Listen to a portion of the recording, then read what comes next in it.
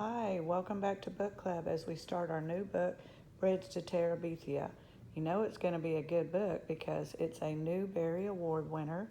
It is also turned into a movie, so after finishing the book, you can search to see if you can find the movie.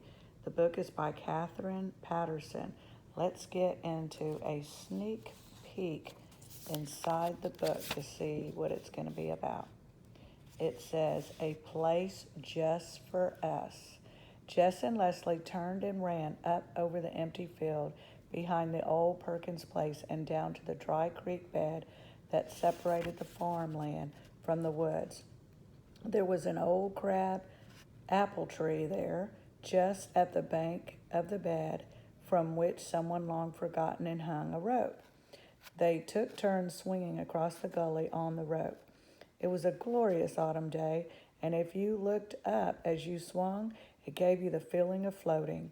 Just leaned back and drank the rich, clear color of the sky. He was drifting, like a fat, white, lazy cloud across the blue.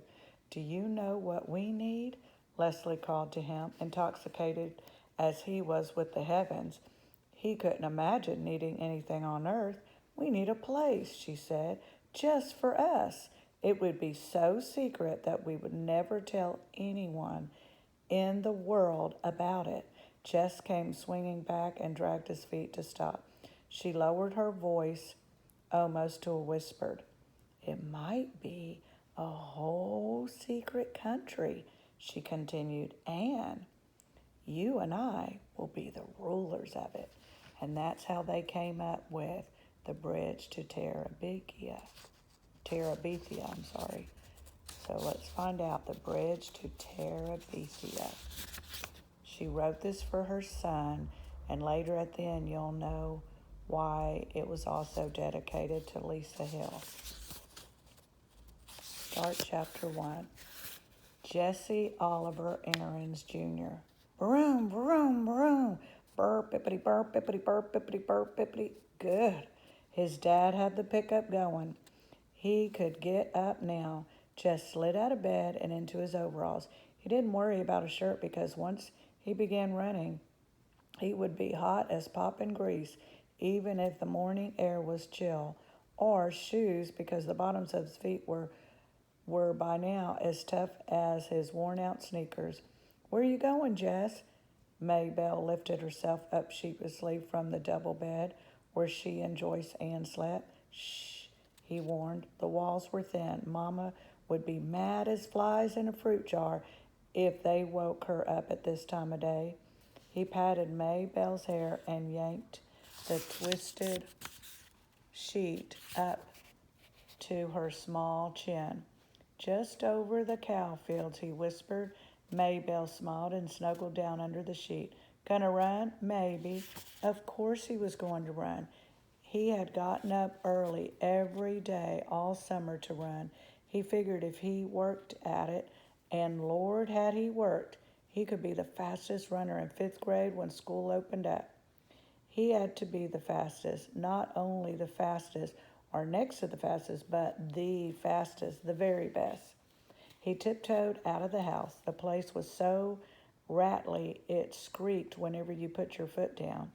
But Jess had found that if you tiptoed, it gave only a low moan, and he could usually get outdoors without waking Mama or Ellie or Brenda or Joyce Ann. Maybelle was another matter. She was going on 7, and she worshipped him, which was okay sometimes. When you were the only boy smashed between 4 sisters, and the only 2 had despised you, and the older 2 had despised you ever since you stopped letting them dress you up and wheel you around in their rusty old doll carriage. And the littlest one cried if you looked at her cross-eyed. It was nice to have somebody who worshipped you, even if it got unhandy sometimes. He began to trot across the yard. His breath was coming out in little puffs. Cold for August, but it was early yet. By noontime, when his mom could have him out working, it would be hot enough. Miss Betsy stared at him sleeplessly as he climbed across the scrape heat over the fence and into the cow field. Moo, she said, looking for all the world like another Maybelle with her big brown droopy eyes. Hey, Miss Betsy, Jess said soothingly, just go on back to sleep. Miss Betsy strolled over to a greenish patch. Most of the field was brown and dry, and yanked up a mouthful. That's a girl. That a girl. Just eat your breakfast. Don't pay me no mind. He always started at the northwest corner of the field, crouched over like the runners he had seen on Wide World of Sports, and bang, he said, and took off flying around the cornfield. Miss Betsy strolled toward the center, still following him with her droopy eyes, chewing slowly. She didn't look very smart, even for a cow, but she was plenty bright enough to get out of Jess's way. His straw-colored hair flapped against his forehead, and his arms and legs flew out every which way. He had never learned to run properly, but he was long-legged for a 10-year-old, and no one had more grit than he. Lark Creek Elementary was short on everything, especially athletic equipment, so all the balls went to the upper grades at recess time after lunch. Even if the fifth graders started out the period with a ball, it would sure be in the hands of a sixth or seventh grader before the hour was over. The older boys always took the dry center of the upper field for the ball games, while the girls claimed the small top section for hopscotch and jump rope and hanging around talking. So the lower grade boys had started this running thing. So I guess maybe it's 5th, 6th, and 7th grade at this school. They would all line up on the far side of the lower field when it was either muddy or deep, crusty ruts. Earl Watson, who was no good at running, but had a big mouth, would yell, "Bang!" and they'd race to a line they towed across at the other end. One time last year, Jesse had won, not just the first heat, but the whole shebang. Only once, but had put into his mouth a taste for winning. Ever since he's been in first grade, he'd been that crazy little kid that draws all the time. But one day, April the 22nd, a drizzly Monday, it had been, he ran ahead of them, the red mud slouching up through the holes in the bottom of his sneakers. For the rest of the day and until after lunch on the next, he had been the fastest kid in the 3rd, 4th, and 5th grades. Okay, maybe it's kindergarten through 8th grade there. And he was only a 4th grader. On Tuesday, Wayne Pettis had won again as usual. But this year, Wayne Pettis would be in 6th grade. He'd play football until Christmas and baseball until June with the rest of the big guys. Anybody had a chance to be the fastest runner, but Miss Betsy, and by Miss Betsy this year, it was going to be Jesse Oliver Aarons Jr. Jess pumped his arms harder and bent his head for the distant fence. He could hear the 3rd grade boys screaming him on. They would follow him around like a country music star, and Maybelle would pop her buttons. Her brother was the fastest, the best. That ought to give the rest of the 1st grade something to chew their cuds on. Even his dad would be proud. Jess rounded the corner. He couldn't help going quite so fast, but he continued running for a while. It would build him up. Maybelle would tell Daddy, so it wouldn't look as though he, Jess, was a bragger. Maybe Dad would be so proud he'd forgotten all about how tired he was from the long drive back and forth to Washington and the digging and hauling all day.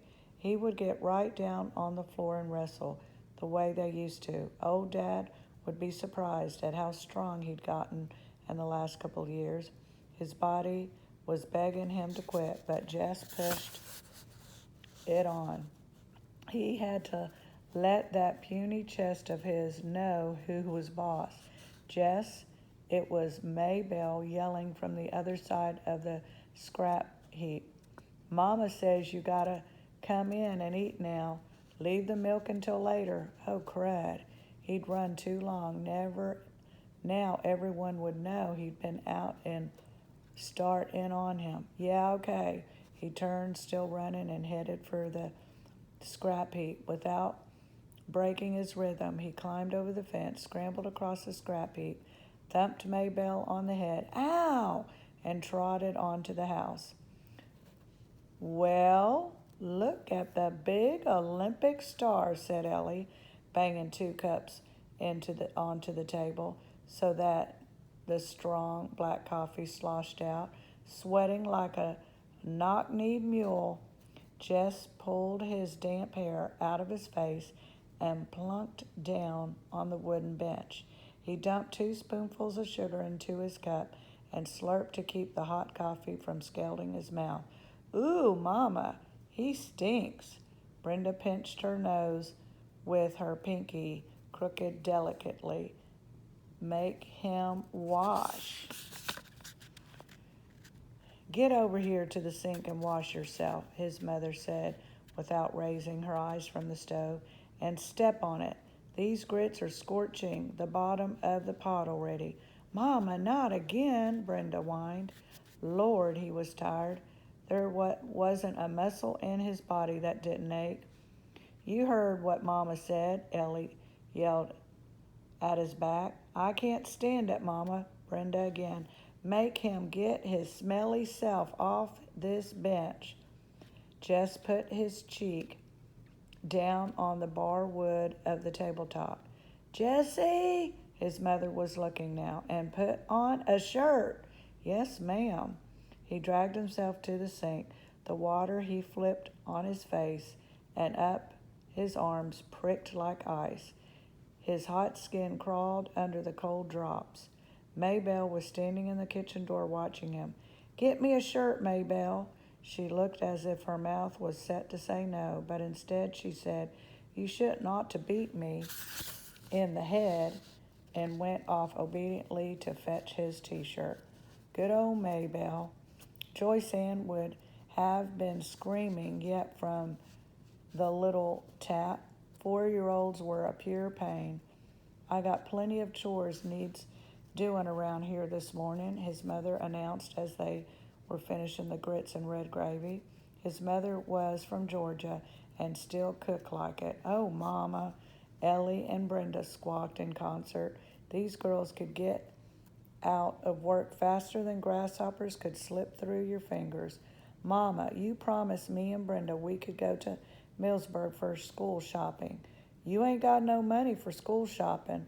Mama, we're just going to look around. Lord, he wished Brenda would stop whining so. Christmas, you don't want us to have no fun at all. Any fun? Ellie corrected her primly. Oh, shut up. Ellie ignored her. Ms. Timmons is coming by to pick us up. I told Lolli Sunday you said it was okay. I feel dumb calling her and saying you changed your mind. Oh, all right, but I ain't got no money to give you. Any money, something whispered inside Jess's head. I know, Mama. Well, just take the $5 Daddy promised us, no more than that. What $5? Oh, Mama, you remember. Ellie's voice was sweeter than a melted Mars bar. Daddy said last week we girls were going to have something for school. Oh, take it, his mother said angrily, reaching for her cracked vinyl purse on the shelf above the stove. She counted out 5 wrinkled bills. Mama, Brenda was starting again. Can't we just have one more so it'll be 3 each? No. Mama, you can't buy nothing for $2.50. Just one little patch of notebook paper's gone up to... No. Ellie got up noisily and began to clear the table. Your turn to wash, Brenda, she said loudly. Aw, Ellie.